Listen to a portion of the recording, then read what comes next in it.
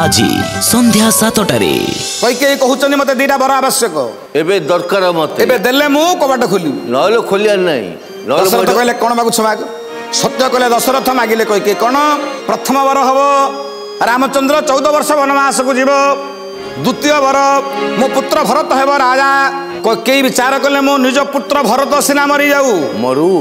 राम भलिया पुत्रटी मोर जुगे जुगे थाऊ तेणु रामचंद्र जदि रजा हेले तो मरिबो ना तेणु मो राम को वनवास को पठेदेवी मो भरत पुत्र सिना मरी जाऊ मोर राम भलिया पुत्रटा जुगे जुगे थाऊ बोली विचार करी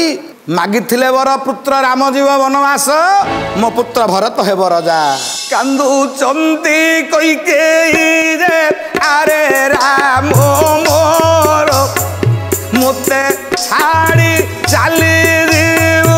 तू ही जे ना तोर राम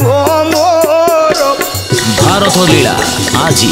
संध्या 7टारे।